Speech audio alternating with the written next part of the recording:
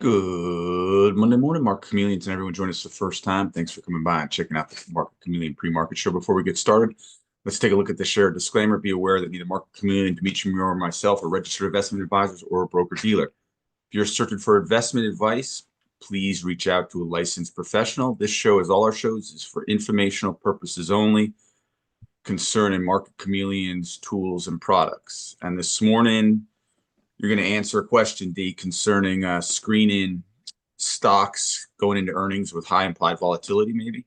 Yep. Good morning, everyone. And yeah, we're gonna go over a question I received over the weekend from a customer. And let me share my screen as I'm doing this and explain the question, but it did have to do around uh, earnings. And the question was it was kind of a three-part question. The first part was, well, how do I screen for stocks and companies that have upcoming earnings? So earnings, that are going to be announced um, in in the next couple days, maybe next week or two. Uh, then the next part of the question is, well, how do I also screen for those stocks that have a high implied volatility? Um, and then the next part of the question, the third part was, how do I also check what the history was for the straddle performance in these stocks? Okay, so it was kind of like a three-part question, had three different conditions attached to it. And there are a couple different ways you could use our screeners to help narrow down those um, conditions and go for further research. I'm going to show one tool that you could use that can be helpful for this type of screen. We'll go over it. It has a lot of different data and analytics. And I think that as a starting point, this tool could get you close and narrow down the some of the criteria that you're looking for. So this tool here, it's under earnings. And if you go over here, sorry, let me go under earnings. If you go to the right, it's summary and tables, upcoming earnings analysis, summary and tables. If you click on it, you get to this screen. And on this page, there is a lot of data and analytics, and you have these tabs up top. So we're just going to go over some of these tabs and information, and then we'll go and see how we could get to, narrow down some of the candidates concerning those conditions we just talked about. And this whole report and all these tabs are based on upcoming earnings and implied moves. Um, and when we talk about, implied volatility or implied moves for earnings, when we look at the options and we want to see, even from the volatility, from the implied volatility, what does the straddle imply the actual magnitude of the move? Are we talking about, are the traders expecting a 3% move, 5% move, 10% move, 20% move in the stock with upcoming earnings? So we have to kind of use that data and analytics to try to put that into perspective, because then once we have that, we could start making a comparative analysis. Well, how did the stock actually move in history? Or, how often did it move that much? So let's first start out with this page here. And this page has, some tables in here with analytics, as you can see as you scroll down. In addition to it, you have filters up top that allow you to screen further and narrow down these selections. So up top, you will notice that in the orange, there are default filters. One is for stock price. And in this instance, by default, we say above $25. You could change that if you click on it. And the idea there is if you're looking at options, then in stocks, usually you're looking, for stocks that are higher price. You're not going to, look at penny stocks. So we selected here a stock with a minimum of $25. You could change that. If you want 10, you can do 10. If you want higher, you can do higher. And also another filter that's by default is the average option volume in the stock. And the reason for that is if you're looking for option analytics, potential option trades, well, the the more volume you have in trading in that stock, the better you have with price discovery and the opportunity to get better fills with tighter markets. And it just shows that there's liquidity in trading in that particular option. If there's no liquidity, there's no trading, then the markets will tend to be wide. It's harder to get a good execution potentially. It's harder to exit a strategy. So the more trading there is, normally it implies that there's more liquidity, better price discovery, and better opportunities to get a higher quality execution. So for that reason, we set a minimum of at least 2,000 contracts of average daily volume. You could set this higher if you want to set it lower, and you could just drop this and set it to a lower minimum. But that's the default that comes out, if you don't change anything. So now once we have it, we kind of have these tables to give us like a short list to start out with. This is a short list. If we go to the next tab, it'll give us a longer list, as you could see. Let's look at the short list, and it divides it up in two tables. So the first table here, it gives us stock symbols with upcoming earnings dates. So you could see here today, November 11th, after the market close. Then these are tomorrow. And these are symbols that have to meet the conditions up top, because we do have two filters up here already. Next to it, now that we have the date, we list what is the implied move that we could derive from the options markets. So the actual, not the implied volatility, but the implied move, the magnitude of the move in the stock, right? And here, for example, in ZETA, right now, the implied move is 20.3%, which would say that for the stock, how much does the stock have to move to cover the cost of that straddle implied by the markets? That's where the break even is for both. So 20.3% in either direction to cover the cost of the call and put, which is pretty significant. It's a 20% move. But for this stock, we want to see also a reference point. Well, how significant is it, right, relative to how it moved? Because if the stock tends to move 40%, 20% is high, but maybe it's not that high for this stock.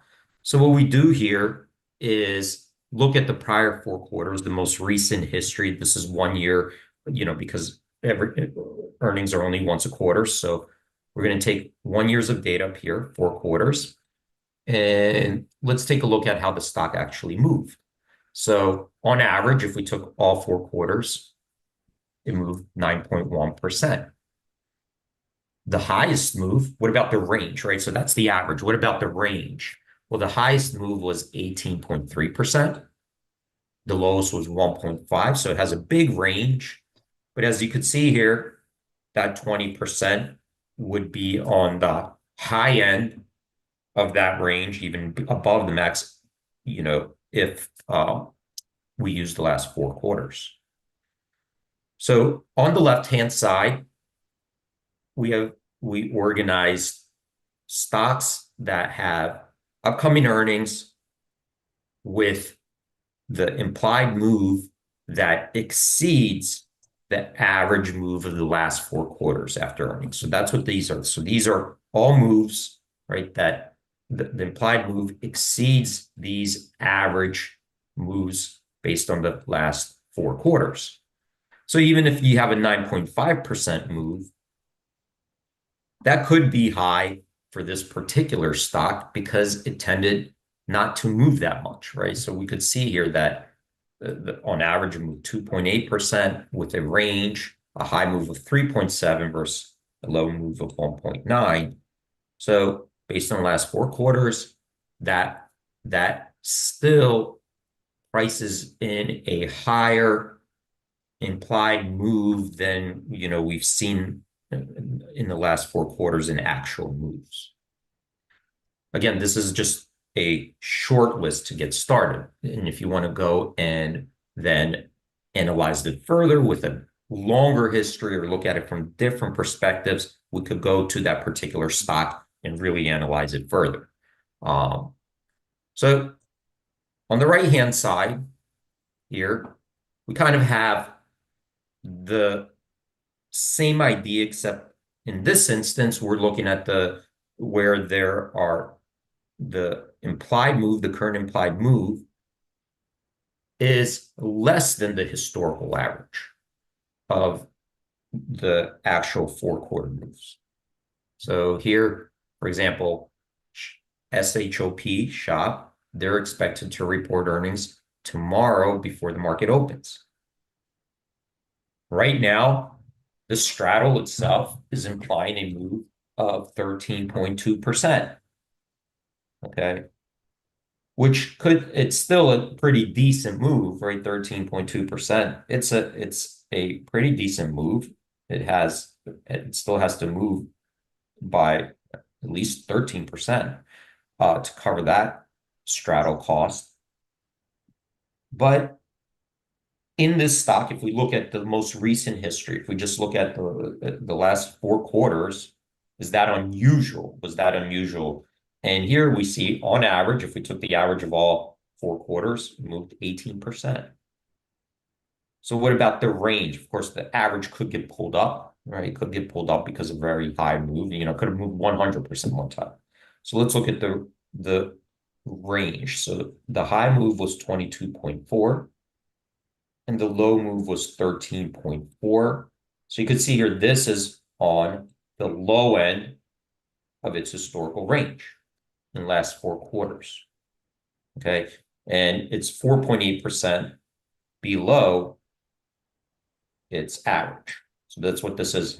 How far away is it above or below the average? So this just tells us relative to the last 4-quarter average.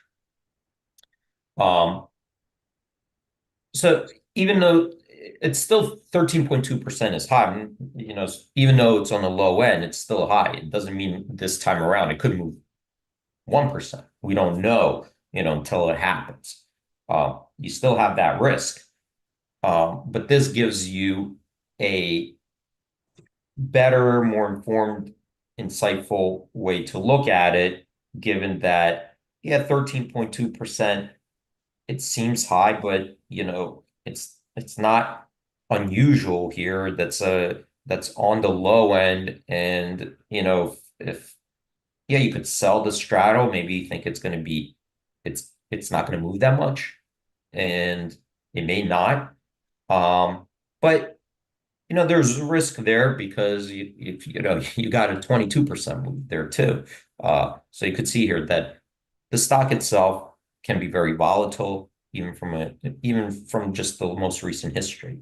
So it gives you a way of just taking a look at your potential gains, your potential risks from a historical perspective. Right. And we could narrow these down further. We could, just if you wanted to select just high market cap stocks, let's say if there are any mega cap stocks. So I'm going to do above 200. So now you see, I just narrowed down this whole report, everything in here, by these top filters. So now mega stocks, here we got Home Depot coming up tomorrow before the market opens. We have Alibaba November 15th. And we have NVIDIA coming up November 20th after the market close. And then Cisco, that's in 2 days after the market close. And this looks like Walmart, November 19th. So that kind of gives you, that short list to look at. And I'm gonna unfilter this now. So given these conditions, right? Given these conditions, what if we wanted to just for our own information and see how did these group of stocks that met these conditions in the most recent history, how did they do relative to, the market's pricing, right? So we have this group here where these particular straddles are priced above its historical average moves. Then we got another table here that the options are priced below the historical average moves. So given that, let's take a look at some stocks, that met these conditions and how did they do? Okay, so over here, we have a table that looks and says, give me the most recent history of, the implied moves that were overvalued relative to those historical averages. So now we have this table here. So these stocks were above $25, had 2,000, at least 2,000 contracts. And now we have this list here. And we could just kind of see like, okay, what was the implied move? Here's one, AAOI. Its implied move was 26.4%, very high.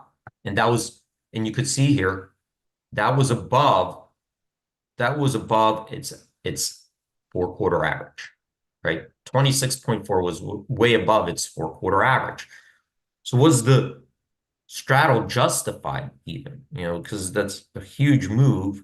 Was it justified? How would have you done, if you, paid a premium relative to the 4-quarter average? How would have you done if you just said, that it would be closer to that 4-quarter average? Well, here, this tells us, did it make an outsized move or not, right? How did it do? So here we see that the actual move was positive 55.1%. Obviously, that is way higher than a 26.4% move.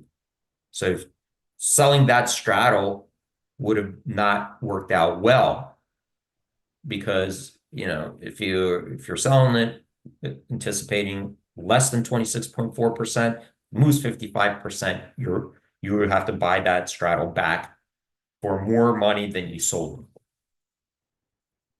So now we could go down the line, and just see and these would just show us the top ones, that met these conditions. And you could see that there's some that were yes, they still exceeded it. Some were no. So it's a mixed bag here, but there's risk in this strategy, right? There's risk in these for sure. But some of it is biotech, right? So we could narrow this down more, because I'm just noticing if we click on this, right? Let's just click on this. So this looks like well, maybe not. Communication. Okay, so sorry, I thought this was a biotech, so I guess it's not. This one I think is a biotech, but it's also important to maybe say there's certain stocks maybe I even want to stay away from, so that's another thing to consider when we're looking at it. Same thing here. What about the undervalued ones? How many made an outsized move? How many did not?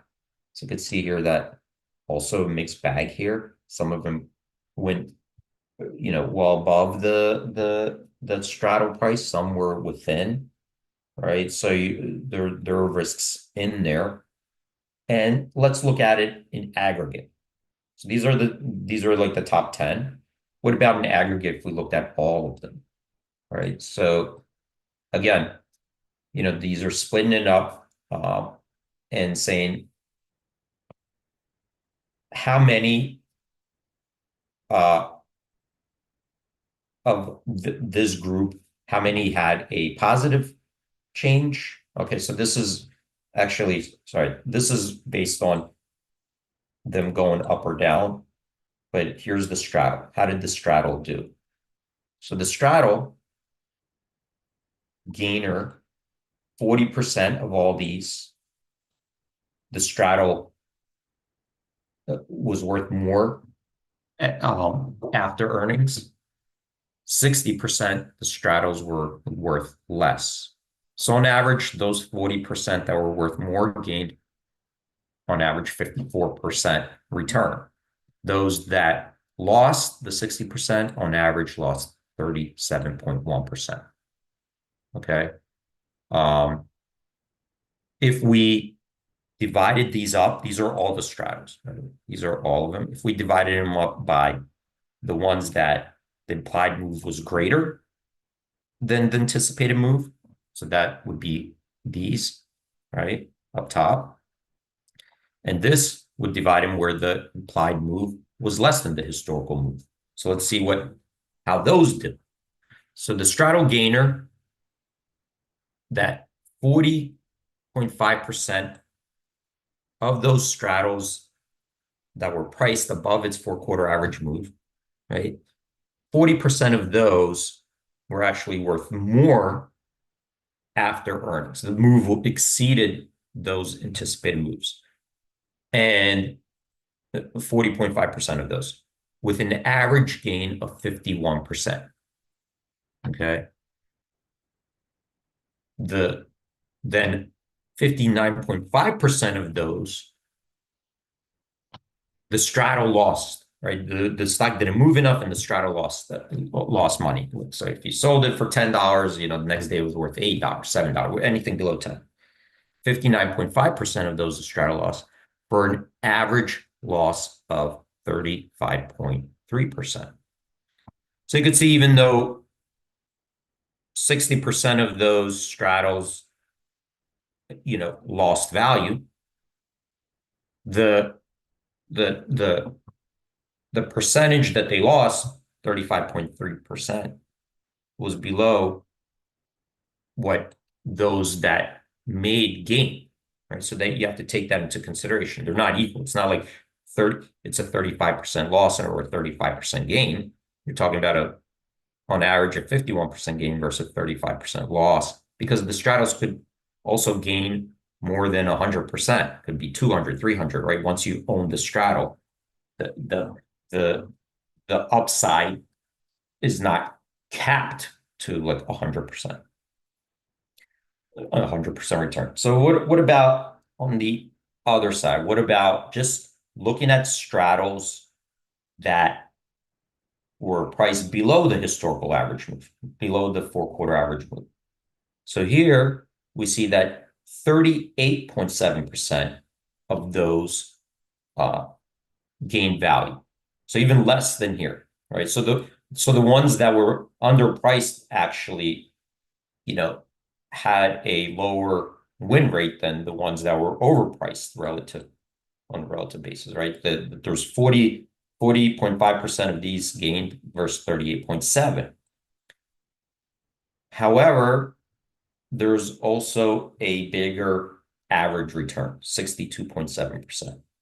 Okay, so that also plays in that even though you had like a lower win rate, you did have a larger average return, 62.7%.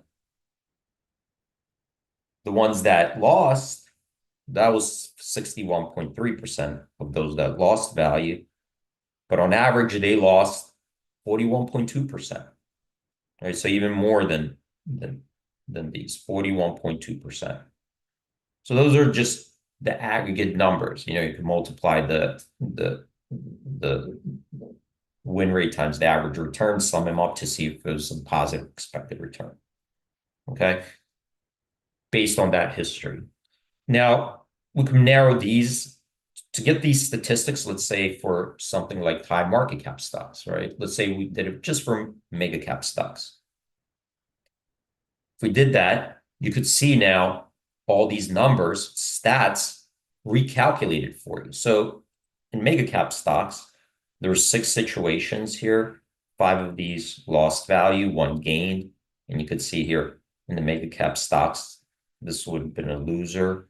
This is, pretty close. So in the mega cap stocks, it looks like, selling the higher uh, price straddles worked out, on average. These are only 11 observations here.